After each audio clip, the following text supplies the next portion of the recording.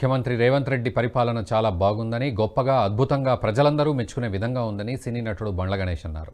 హరీష్ రావు దారుణంగా మాట్లాడారని విమర్శించారు. అసూయ, ద్వేషంతో మాట్లాడారని, ఒకరోజు హరీష్ రావు, మరో రోజు కేటీఆర్, ఇంకో రోజు గ్యాప్ ఇచ్చి కవిత మాట్లాడతారని ఆక్షేపించారు. సీఎం రేవంత్ రెడ్డి నేతృత్వంలో మంత్రులు ప్రగతి పదంలో దూసుకుపోతున్నారన్నారు. 100 రోజుల తర్వాత రాష్ట్రంలో కాంగ్రెస్ నేతల పప్పులు ఉడకవని హరీష్ రావు అన్నారని, అదే 100 రోజుల తర్వాత కాంగ్రెస్ ప్రభుత్వంలో బిర్యానీ, చికెన్ అన్నీ ఉడుకుతాయని బండ్ల గణేష్ అన్నారు. 100 రోజుల తర్వాత కాంగ్రెస్ను హరీష్ రావు ఏమీ చేయలేరన్నారు. నియంతృత్వ పాలనకు పాతరేసి ప్రజాపాలన తీసుకొచ్చామన్నారు.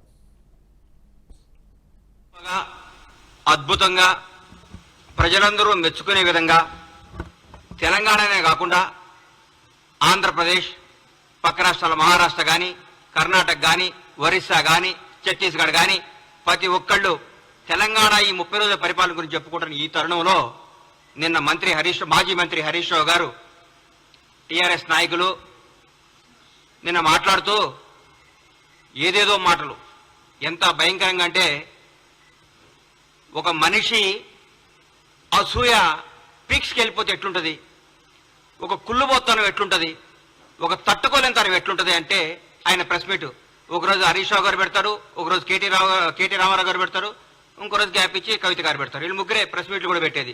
ఎందుకంటే టీఆర్ఎస్ నాయకులు తెలుసు బ్రహ్మాండంగా చేస్తుంది కాంగ్రెస్ ప్రభుత్వం. గౌరవనీయులు మన ముఖ్యమంత్రి, యువకులు, ఫైర్ బ్రాండ్ శ్రీ రేవంత్ రెడ్డి గారి నేతృత్వంలో కాంగ్రెస్ పార్టీ, కాంగ్రెస్ మంత్రులందరూ అద్భుతంగా ప్రగతి పదం వైపు దూసుకుపోతూ తెలంగాణ రాష్ట్రాన్ని, పేరుని, ఖ్యాతిని, వాణిని భారతదేశం మొత్తం వినిపించే విధంగా చేస్తున్నందుకు ఈ రోజు భారతదేశం కూడా మన తెలంగాణ రాష్ట్రం గురించి చెప్పుకుంటాను. ఈ తరుణంలో నేను హరీష్ రావు గారు అంటారు 100 రోజుల తర్వాత ఇలా పప్పులు ఉడకమన్నాడు. నేను చెప్తున్నా హరీష్ రావు గారు, 100 రోజుల తర్వాత కాంగ్రెస్ ప్రభుత్వం బిర్యానీ ఉడుకుతుంది, చికెన్ ఉడుకుతుంది, గుడ్లు ఉడుకుతాయి, అన్నీ ఉడుకుతాయి. మీది ఏం ఉడకదు, మీ నీళ్లు కూడా ఉడకవు, మీ నీళ్లు కూడా కాగవు. ఎందుకు సార్ 100 రోజుల తర్వాత మమ్మల్ని ఏం చేస్తారు సార్ మీరు? ప్రగతి భవన్ని ప్రజాభవన్ చేసినందుకా? మీ ప్రగతి భవన్లో ఉన్న 100 గడీలు 5-6 పెద్ద పెద్ద బిల్డింగ్లు విడగొట్టి అందరికి అందుబాటులో తీసుకొచ్చినందుకా?